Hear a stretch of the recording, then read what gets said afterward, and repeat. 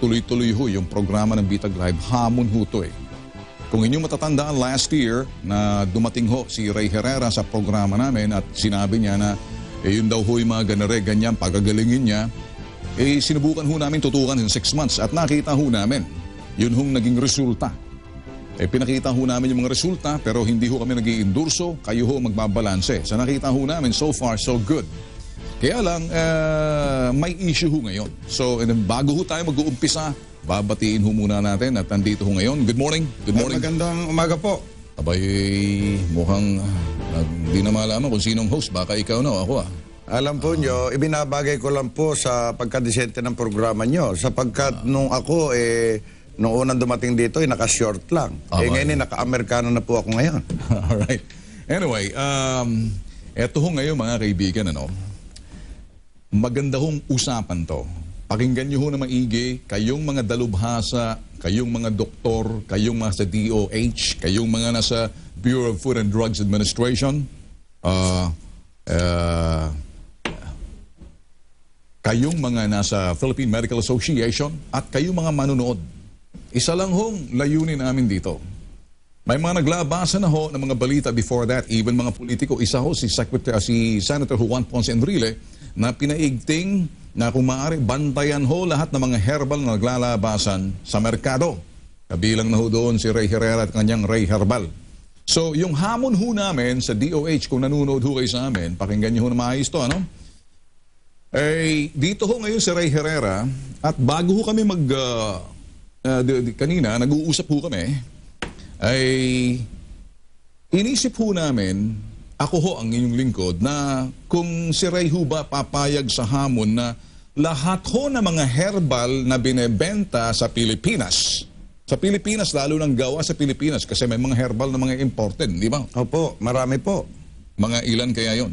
Ang mga po nakapasok na po sa atin 48 na klase ng herbal. Na pag sinuri, hindi na ako magsasabi sapagkat kailangan suriin sapagkat maraming nalilinlang na mamamayang Pilipino. At tungkol sa mga gaya po ng gaya ng mga testimony, nakukuha ang ating mga mamamayang Pilipino sa kasikatan. Sapagkat mga nag-i-endorse, wala naman tunay na sakit. Samantalang ang kinikritiko nila ngayon, yung mga testimony po ng Abanyong Lingkod na kayo naman mismo ang humanap at sumuri. Nakarating pa nga kayo ng Cebu, Baguio, at Nueva Vizcaya, Nueva Ecija, at kung saan-saan, Laguna. Ang katunayan po, yung mga in-interview po nyo, hindi ko po nakakatalamitan pa. Alright, sige. Diyan medyo puputulin kita, Ray. Linawin natin. Mas maganda ho siguro kung ang Department of Health and the Bureau of Food and Drugs na talagang mag-imbestiga. Bantayan ho yung industriya ng herbal. Marami ho kasi naglalabasan. Hindi ho pare-pareho mga herbal. Mas maganda ho siguro yung kapakanan ni Juan de la Cruz. Kaya sa DOH, yung hamon namin. Sa Department of Food and Drugs, ito ho yung hamon ni Bitag Live.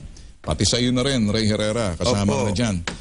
Kung lahat ho ng mga herbal, sinusuri ho, suriin, investigahan ang mga nilalaman yan, baka kung ano-ano, maganda ho although nandyan naman lahat siguro yung herbal, hindi ba?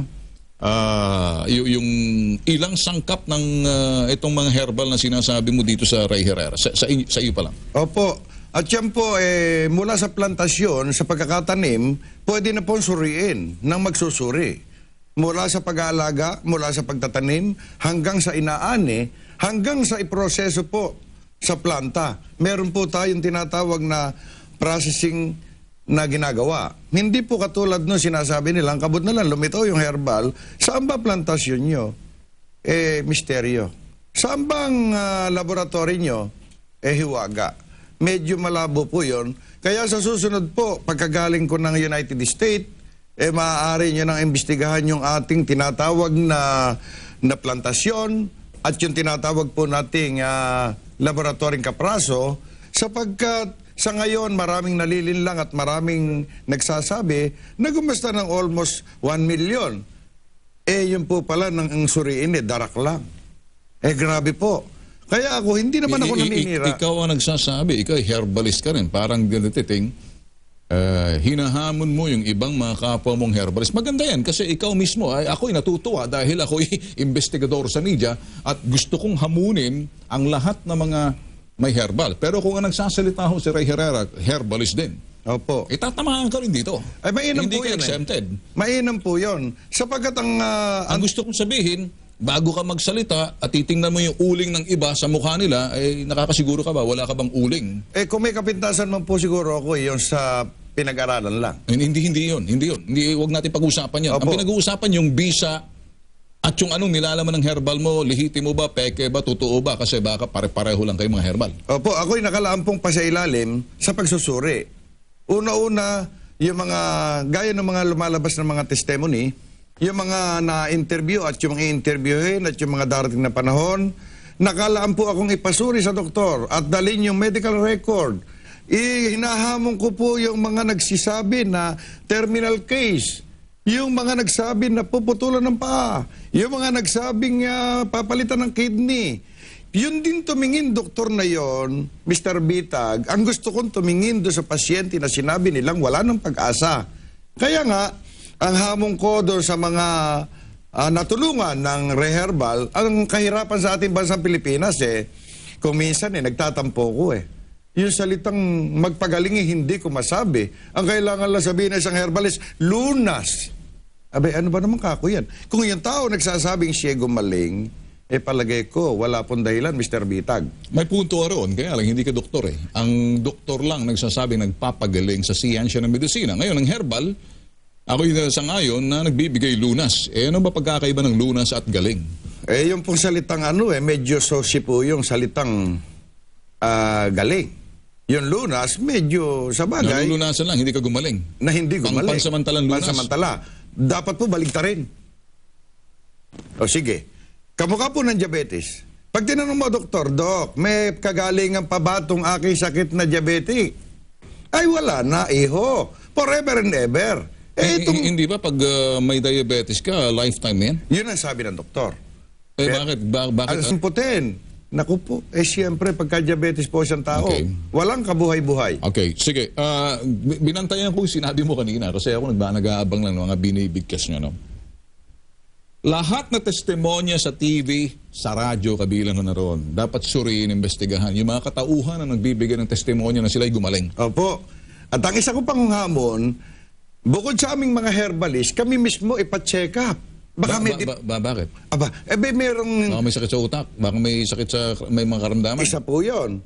Kung ikaw'y gumagawa ng isang herbal, kailangan healthy ka. At Isa saka yun. mentally healthy ka rin, baka may Opo. sira ulo. Baka mamaya may depression, bili ka ng bili. Ayun. At hindi pa po yun ang aking mga kwan dyan. Kaya nga sabi ko, kung ikaw ay nagbebenta na mainam daw, mahusay daw yung product mo, ikaw pala isang diabetiko. Abi, ano yan? Teka.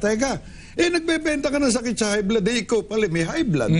Ikaw ay kung ano-ano yung sinasabi mo, ang cholesterol pala katakot-takot. Oo. Ikaw pala nagme-maintain ng mga medication ng ibang bansa. Samantalang ikay herbalist. Ang aba niyong lingkod, 65 anyos.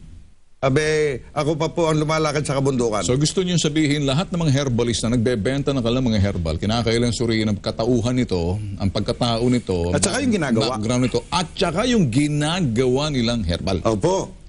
Kasi mapakaganda po yan Okay yun. Hindi po ba ang gusto sige, natin? Sige, Papa, ito, mananawagan ho ako. Okay, sige, DOH. Importante siguro magsalita kayo rito kasi ito ho yung programa na to sa Bitag Live at ito hong aking katunggali. Siya ho mismo nag-aanyaya sa inyo kung maaari. Kung maaari daw, kung magagawa. Please lang.